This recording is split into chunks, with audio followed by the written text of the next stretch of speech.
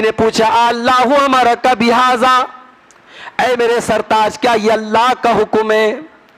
کہا کہ ہاں اے میری بیوی یہ اللہ کا حکم ہے۔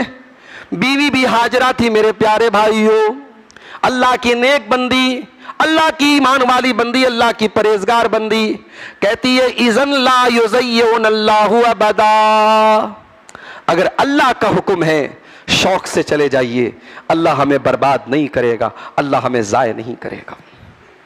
ابراہیم جانے لگے، جب تھوڑی دور چلتے چلتے چلتے چلتے بیوی اور بچہ نظر کی آنکھوں سے اوجھل ہو گئے تو ابراہیم نے کھڑے ہو کر کے ایک دعا مانگی تھی، اور یہ دعا آج بھی اللہ نے قرآن کے اندر بیان کر دی۔ کیا دعا کی؟ ربنا انی اسکنت من ذریتی بواد غیر ذی زرع عند بیتک المحرم، اے اللہ اپنے بیوی اور بچے کو اس بے آب ہو گیا سرزمین میں چھوڑ کے جا رہا ہوں، ربنا لیقیموا الصلاۃ، اے اللہ تو میری اولاد کو توفیق دینا وہ یہاں پہ نماز قائم کرے۔ ہائے ہائے ہائے، ابھی خانے کعبہ بنا نہیں ہے، ابھی مسجد بنی نہیں ہے، ابھی وہاں آبادی نہیں ہے، ابراہیم کو فکر ہے میری آنے والی نسلیں یہاں نماز قائم کریں۔ اے مسلمان، اپنے گھر میں آرام سے بیٹھا ہے، حی علی الصلاۃ کی آواز تیری مسجد سے گونج رہی ہے، نہ تو نماز پڑھتا ہے نہ تیرے بچے نماز پڑھتے ہیں۔ اے مسلمان، الصلاۃ خیر من النوم کی آواز دیتے دیتے مؤذن فجر کی اذان میں تھک جاتا ہے، نہ تیری نیند کھلتی ہے نہ تیرے بچوں کی نیند کھلتی ہے، تو کیسے اپنے بچوں کو جہنم کی آگ سے بچائے گا؟ تو کیسے اپنے پریوار کو جہنم کی آگ سے بچائے گا؟ ابراہیم اللہ سے یہ نہیں کہتے ہیں اللہ میری بیوی زندگی کیسے گزارے گی، میرا بچہ اس بے آب ہو گیا سرزمین میں کیسے زندگی گزارے گا۔ پہلی دعا کیا کرتے ہیں؟ ربنا لیقیموا الصلاۃ، اے اللہ میری اولاد کو تو توفیق دے وہ یہاں نماز قائم کرے۔ فجعل افئدۃ من الناس تہوی الیہم، اور اے اللہ تو لوگوں کے دلوں میں میری اس جگہ کی محبت ڈال دے، اے اللہ تو لوگوں کے دلوں میں اس مکہ کی محبت ڈال دے، وارزقہم من الثمرات، اور میری اولاد کو اور یہاں مکہ والوں کو تو پھلوں کی روزی عطا فرما۔ ابراہیم نے 4000 سال پہلے دعا کی تھی، ہزاروں سال گزر گئے، ابراہیم کی دعا اللہ نے ایسی قبول کی، آج کٹیہار کا ہتھیا دیارہ کا وہ مسلمان جس کے پاس 4.5 لاکھ 5 لاکھ کا انتظام نہیں ہے حج کرنے کا، اس سے بھی پوچھو کہ بھائی تیری دل میں تمنا ہے کہ نہیں حج کرنے کی، تیرے دل میں تمنا ہے کہ نہیں عمرہ کرنے کی، وہ مسلمان کہے گا کہ میرے دل میں بہت تمنا ہے۔ اللہ نے ایک ایسی محبت اس جگہ کی ڈال دی ہے، جو ایک بار گیا ہے وہ بار بار جانا چاہتا ہے، جو کبھی نہیں گیا وہ زندگی میں کم سے کم ایک بار جانا چاہتا ہے۔ اور پھلوں کی روزی اللہ نے کیسی دی تھی۔ مکہ میں آج بھی کھیتی نہیں ہوتی ہے، کھجور کے علاوہ کوئی چیز پیدا نہیں ہوتی ہے، مگر آپ مکہ کی مارکیٹ میں کوئی پھل آپ کو ایسا نہیں جو نہیں ملے گا، انار وہاں مل جائے گا، امرود وہاں مل جائے گا، آم وہاں مل جائے گا، بہترین کیلے وہاں مل جائیں گے، بہترین سیب وہاں مل جائیں گے، دنیا کے سارے پھل بڑی آسانی سے، اور آج بھی اور سینکڑوں سال پہلے بھی مکہ میں پھلوں کی کوئی کمی نہیں تھی۔ یہ ابراہیم علیہ السلام کی دعا کی برکت تھی میرے پیارے ساتھیوں۔ اپنی اولاد کی نماز کی فکر کرو میرے ساتھیوں، اپنی اولاد کے عقیدے کی فکر کرو، اپنی اولاد کے ایمان کی فکر کرو۔ حضرت لقمان اپنے بچے سے کہتے ہیں کہ اے میرے بچے اللہ کے ساتھ شرک مت کرنا، شرک دنیا کا سب سے بڑا پاپ ہے۔ آگے کہتے ہیں میرے بچے یا بنی انہا ان تک مثقال حبۃ من خردل فتکن فی صخرۃ او فی السماوات او فی الارض یأت بها اللہ۔ اے میرے بچے، اگر ایک رائی کے دانے کے برابر بھی کوئی چیز ہوگی، آسمانوں میں کہیں ہوگی، زمین میں کہیں ہوگی، چٹان کے نیچے کہیں ہوگی، اللہ اس رائی کے دانے کے برابر کی چیز کو بھی سامنے لے آئے گا۔ آج کا دور بچوں کو کتے اور بلی سے ڈرانے کا دور نہیں ہے میرے پیارے ساتھی۔ اپنے بچوں کو بھوت پریت سے نہ ڈراؤ، اپنے اولاد کے دل میں اللہ کا ڈر پیدا کرو۔ بیٹی گھر سے نقاب میں نکلے تو بتا دے کہ اے میری بچی یہ نقاب میں نے تجھے اس لیے نہیں دلایا کہ تو سماج کے ڈر سے نقاب پہنے گی، میں نے نقاب اس لیے تجھے پہنایا ہے اللہ کے ڈر سے تو نقاب پہنے گی، اللہ نے تجھے حکم دیا ہے تو اس لیے نقاب پہنے گی۔ اگر اپنی اولاد کے دلوں میں اللہ کا ڈر پیدا کر دو میرے پیارے ساتھیوں، تو حالات یہ نہ ہو جائیں جو آج ہمارے سامنے ہیں۔ ہم نے ہزاروں مثالیں تاریخ میں دیکھی ہیں کہ اگر اولاد کے دل میں اللہ کا ڈر ہو تو اولاد ماں باپ کو بھی غلط کام پہ ٹوکتی ہے۔ حضرت عمر کا وہ واقعہ کون بھول سکتا ہے؟ رات کا سناٹا تھا، حضرت عمر گشت کرنے کے لیے نکلے، ایک مکان کے دروازے پر پہنچے ہیں، اندر سے آواز آتی ہے، جوان لڑکی اپنی جوان لڑکی سے کہتی ہے بیٹی ذرا اٹھ کر کے دودھ میں پانی ملا دے۔ دودھ کا کاروبار کرتے تھے اس پریوار کے لوگ، کہا بیٹی اٹھ کر کے دودھ میں پانی ملا دے۔ بیٹی کہتی ہے امی جان کہ آپ نے سنا نہیں، امیر المومنین کا آرڈر آیا ہے، حضرت عمر کا فرمان آیا ہے، دودھ میں پانی ملانا جرم ہے، اپرادھ ہے، دودھ میں پانی ملانا ٹھیک نہیں ہے۔ کہا ہے میری بیٹی رات کا سناٹا ہے، عمر کہاں ہم کو دیکھنے والا ہے، عمر آرام سے اپنے گھر میں سویا ہوگا، اے بیٹی اٹھ اور جا کر کے دودھ میں پانی ملا دے۔ میرے پیارے ساتھیوں، حضرت عمر کان لگا کر کے کھڑے ہیں کہ یہ جوان بیٹی کیا جواب دیتی ہے اپنی ماں کا۔ بیٹی کہتی ہے کہ اے امی جان اگر عمر نہیں دیکھ رہا ہے رب عمر یرانا، تو عمر کا رب تو ہم کو دیکھ رہا ہے، عمر کا رب تو ہم کو دیکھ رہا ہے، عمر نہ دیکھے عمر کے رب کو کیا جواب دیں گے۔ ماں خاموش ہو گئی۔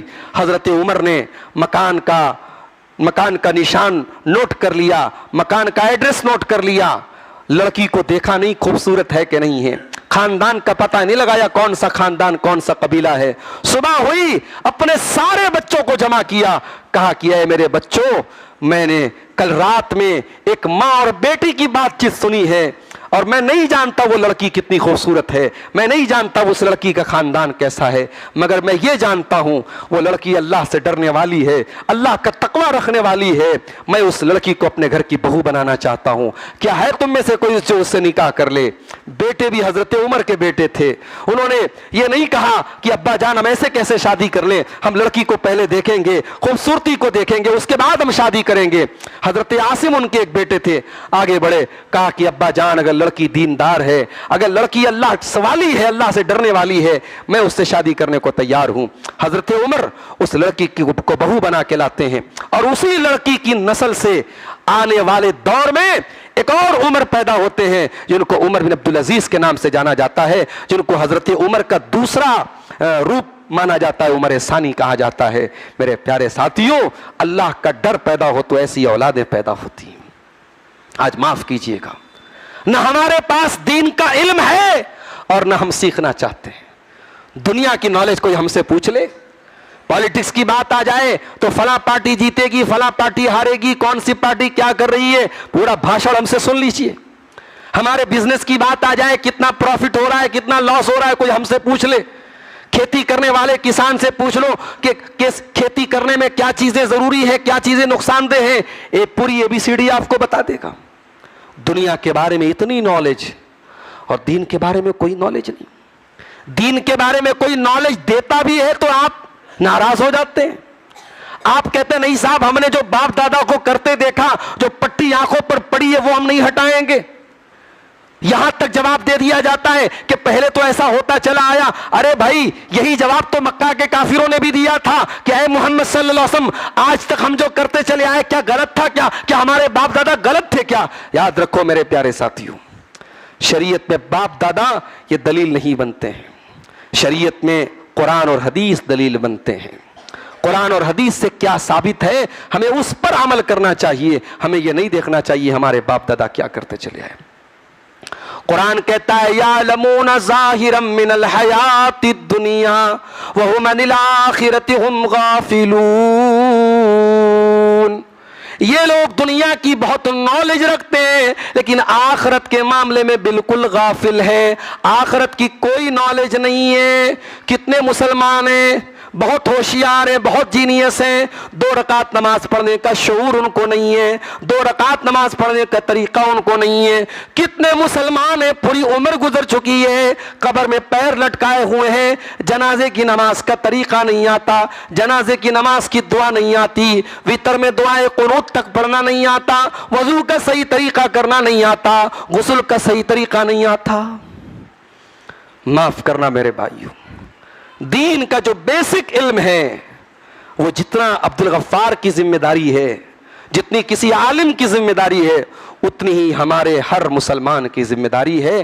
ٹھیک ہے, دین کا ڈیپ علم تو چند خاص لوگ سیکھنے چلے گا, لیکن دین کا جو بیسک علم ہے, نماز کا طریقہ ہے, وضو کا طریقہ ہے, غسل کا طریقہ ہے, طہارت کے مسائل. آج کتنی عورتیں ہیں ان کو نہیں معلوم, بڑی موٹی موٹی باتیں ان کو نہیں معلوم, ناپاکی کی حالت میں رہتی ہیں, ان کو یہ بھی نہیں پتا پاکی کیسے حاصل کی جائے. کتنی عورتیں ہیں رمضان کے روزے چھوٹ گئے تو چھوٹ گئے, کبھی پورا نہیں کرتی ہیں, کوئی بتانے والا نہیں ہے. میرے پیارے ساتھیوں, میں آپ سے کہتا ہوں, اس وقت پورے ہندوستان میں مدارس میں داخلے ہو رہے ہیں, مدارس میں داخلے ہو رہے ہیں. یہ مدارس ہمارے دین کے قلعے ہیں میرے پیارے ساتھیوں. ان مدارس میں قرآن اور حدیث سکھایا جاتا ہے. یہ مدارس دشمنوں کے نشانے پر بھی ہیں, اور بڑی خوبصورتی سے ان مدارس کو بند کرنے کی چالیں چلی جا رہی ہیں. آپ کو معلوم ہوگا ایک زمانہ تھا, بقرعید کا تہوار آتا تھا, عید الاضحیٰ کا تہوار آتا تھا, اور ہماری قربانی کے چمڑے جو جاتے تھے مدرسوں میں بڑی اچھی قیمت میں بکتے تھے, اور مدرسوں کو ایک بڑا فنڈ ملتا تھا. آج مارکیٹ میں زیرو ہو گئی چمڑوں کی ویلو, آج مدارس کا ایک فنڈ کمزور پڑ گیا. آج کرناٹک میں رمضان میں تفسیر کا درس بیان کرنے گیا, آپ کے بہار کے, بنگال کے, جھارکھنڈ کے سفرا آتے تھے, ایک ایک ٹائم میں 10 15 سفرا بیچارے اپیل کرتے تھے مدرسوں کے لیے, بھکاریوں کی طرح بیٹھ کر کے لائن لگ کر کے بیٹھتے تھے, اور 200 100 400 روپے چندے حاصل کر کے بیچارے اتنا لمبا سفر کر کے آتے تھے اور جاتے تھے. ان مدارس کو میرے پیارے ساتھیوں, اگر ہم نے نہیں بچایا, ان کو ہم نے نہیں ان کی سرکشا کی, یہ مدارس بند ہو جائیں گے. اور یہ مدارس بند ہو گئے تو یاد رکھنا, کل آپ کے بچوں کو قرآن پڑھانے والا بھی کوئی نہیں ملے گا, آپ کی اولاد کا نکاح پڑھانے والا بھی کوئی نہیں ملے گا, آپ کا جنازہ پڑھانے والا بھی کوئی نہیں ملے گا. اس لیے میرے پیارے ساتھیوں, ان مدارس کی حفاظت کرو, اپنے ایک بچے کو کم سے کم دین کا عالم بناؤ, اپنی ایک بچی کو کم سے کم عالمہ بناؤ. ایک اولاد تو ایسی ہو جب ہاتھ اٹھا کے دعا کرے تو کہے رب ارحمہما کما ربیانی صغیرا, پروردگار میرے ماں باپ پر رحم فرما جس طریقے سے بچپن میں انہوں نے مجھے پالا ہے. میرے پیارے ساتھیوں, اپنی اولاد کو دین سکھاؤ, اپنی اولاد کو ایمان سکھاؤ, اور یاد رکھو علم کا سیکھنا بھی ضروری ہے, اور علم پر عمل کرنا بھی بہت ضروری ہے. قیامت کے دن ہر انسان سے 5 سوال کیا جائے گا. اللہ کے نبی فرماتے ہیں لا تزول قدم ابن آدم من عند ربہ یوم القیامہ, قیامت کے دن انسان اپنی جگہ سے ہل نہیں پائے گا جب تک 5 سوالوں کا جواب نہ دے دے. ان 5 سوالوں میں ایک سوال یہ بھی کیا جائے گا ان وماذا عمل فیما علم, کہ تو نے جو علم حاصل کیا اس علم کے اوپر تو نے عمل کتنا کیا. کہیں ایسا نہ ہو کہ ہم موبائل پر یوٹیوب پر تقریریں تو بہت سن رہے ہیں, ہماری زندگی میں عمل کہیں نہیں ہے. میرے بھائیوں, جو علم حاصل کرو اس علم کے اوپر عمل کرنے کی بھی کوشش کرو. دعا کرتے ہیں رب العالمین سے, اللہ رب العالمین ہمیں دین کا علم حاصل کرنے کی توفیق عطا فرمائے. رب العالمین ہمیں اپنے بچوں کو دین کا علم دینے کی توفیق عطا فرمائے. اللہ جہالت کے اندھیروں سے نکل کر علم کی روشنی میں ہمیں آنے کی توفیق عطا فرمائے.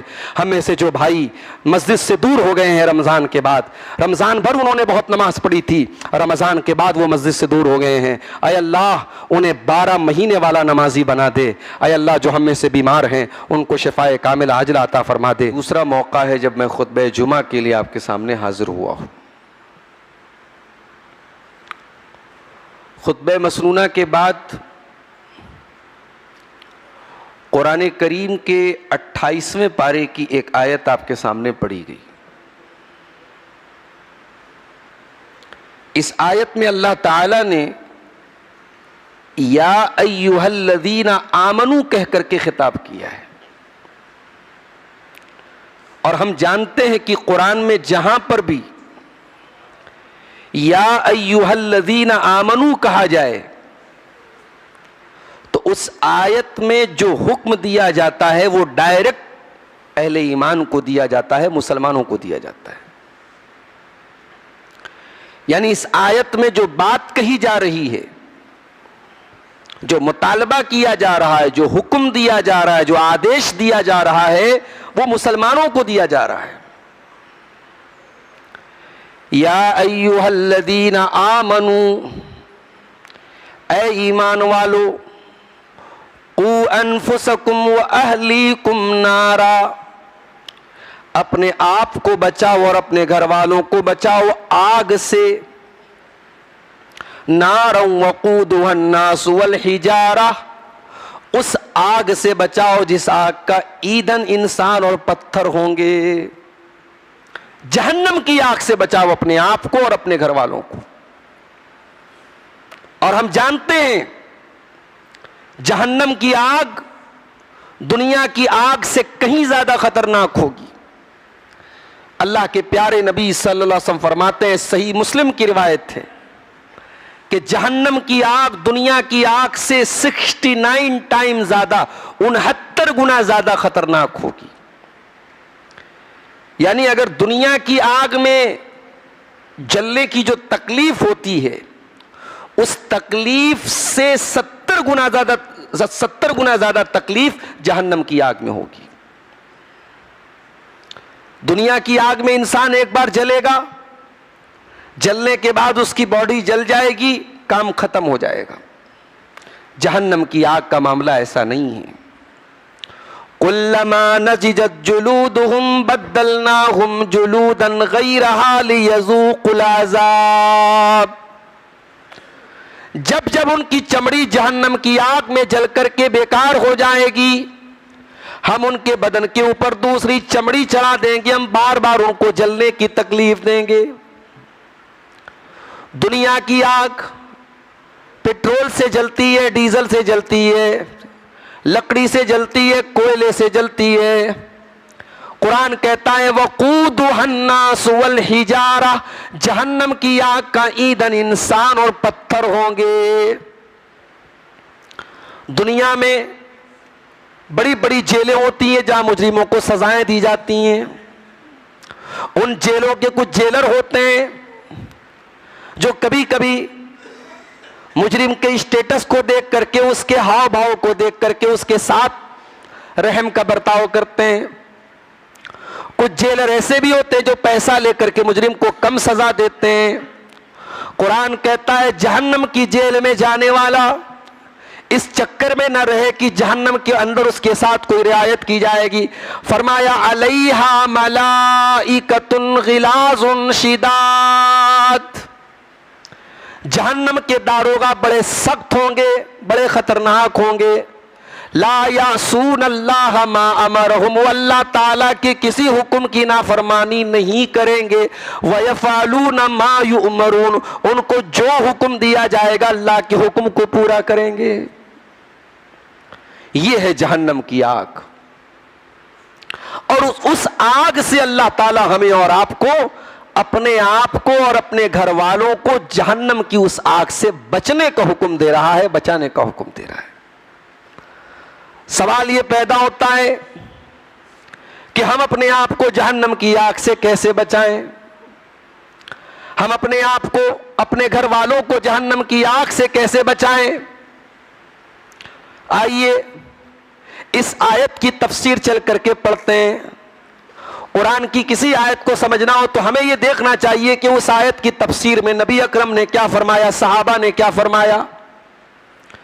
اس آیت کی تفسیر میں اللہ کے نبی کے بہت مشہور صحابی اور آپ کے داماد اور آپ کے چچا کے بیٹے، جن کا نام علی بن ابی طالب رضی اللہ تعالیٰ عنہ ہے، حضرت علی کہتے ہیں اس آیت کی تفسیر میں کہ قرآن کہتا ہے اپنے آپ کو اور اپنے گھر والوں کو جہنم کی آگ سے بچاؤ۔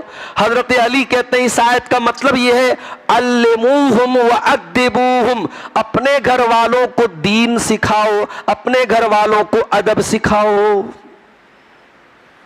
اب ذرا اپنے دل پر ہاتھ رکھ کے بتاؤ میرے پیارے ساتھیوں کہ آج قرآن کی اس آیت پر ہم کتنا عمل کر رہے ہیں؟ ہم بزنس کرتے ہیں, ہماری تمنا ہوتی ہے ہمارا بچہ بھی بزنس مین ہو جائے.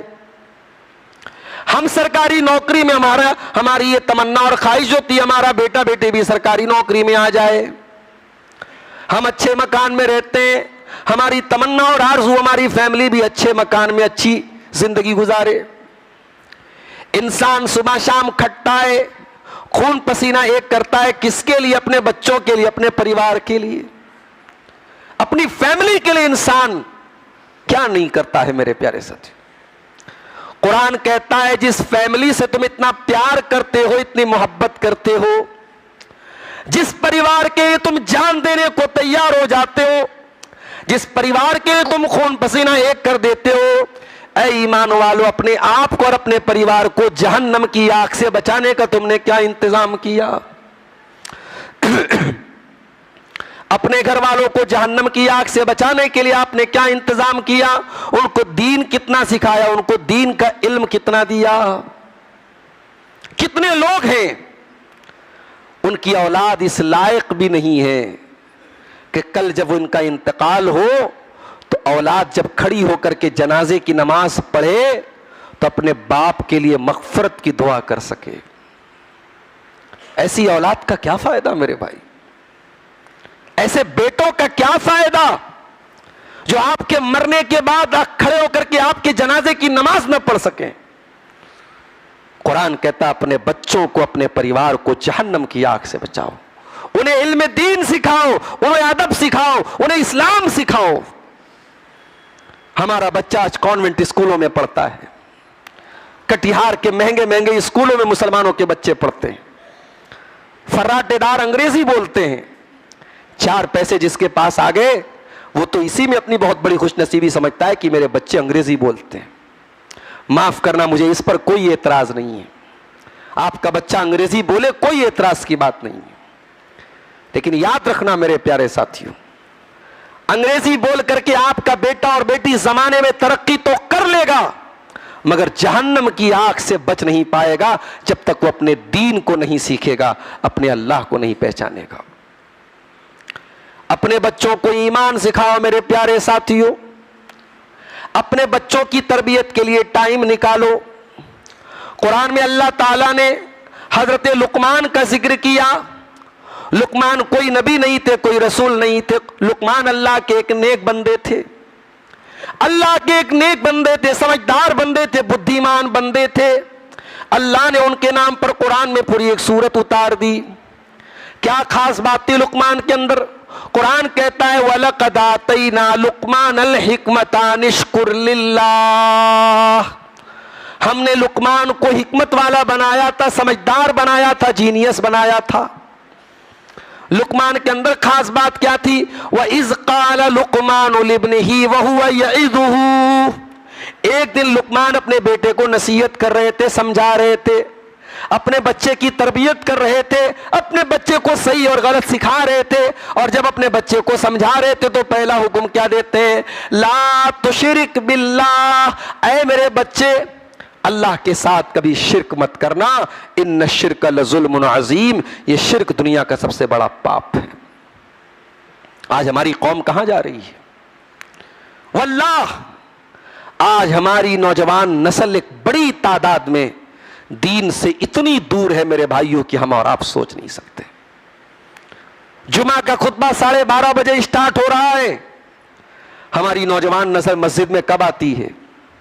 12:30 بجے کے بعد آتی ہے. کیا ہم نے وہ حدیث نہیں سنی؟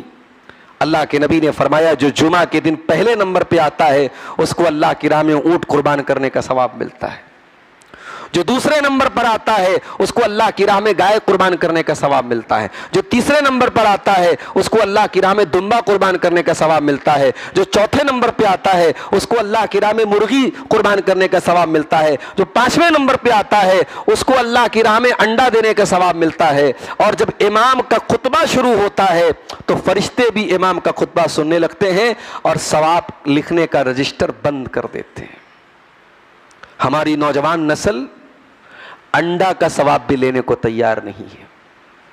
12:30 بجے خطبہ شروع ہوتا ہے تو ہم مسجد میں آنا شروع کرتے ہیں, ہمیں اونٹ اللہ کی راہ میں قربان کرنے کا ثواب نہیں چاہیے, ہم تو بڑے بہت نیکیوں کا پہاڑ ہم نے کھڑا کر کے رکھا ہے. یہ آج ہماری نوجوان نسل کا حال ہے میرے ساتھیوں. دین سے دور ہیں. کبھی سال میں کوئی ایک جلسہ ہو گیا, پروگرام ہو گیا, تو اس پروگرام میں بھی آپ کبھی غور کیجئے گا, نوجوان لڑکے اور لڑکیاں آپ کو جلسے میں تقریر سنتے ہوئے کم ملیں گے, انٹرٹینمنٹ اور منورنجن کرتے ہوئے زیادہ ملیں گے, سڑکوں پر گھومتے ہوئے زیادہ ملیں گے. آج جب ٹرینوں میں ہم سفر کرتے ہیں میرے پیارے ساتھیوں, واللہ کبھی کبھی یہ منظر دیکھ کر کے غصہ آتا ہے. برقع پہننے والی لڑکی ہے, ہاتھوں میں دستانہ پہن کر کے نکلی ہے, سر سے پیر تک نقاب میں نکلی ہے, اور وہ لڑکی ٹرین میں اور اسٹیشن پر جب کسی غیر مسلم لڑکے کے ساتھ گلچھرے اڑاتی ہوئی نظر آتی ہے تو دل میں تکلیف ہوتی ہے کہ آج ہماری قوم کہاں جا رہی ہے, ہماری نسل کہاں جا رہی ہے. میرے پیارے ساتھیوں, اپنے بچوں کو دین سکھاؤ اگر اپنے بچوں کو جہنم کی آگ سے بچانا چاہتے ہو. قرآن کی آیت نازل ہوتی ہے, وَأَنذِرْ عَشِيرَتَكَ الْأَقْرَبِينَ, اے نبی اپنے قریبی رشتہ داروں کو جہنم کی آگ سے ڈرا دو.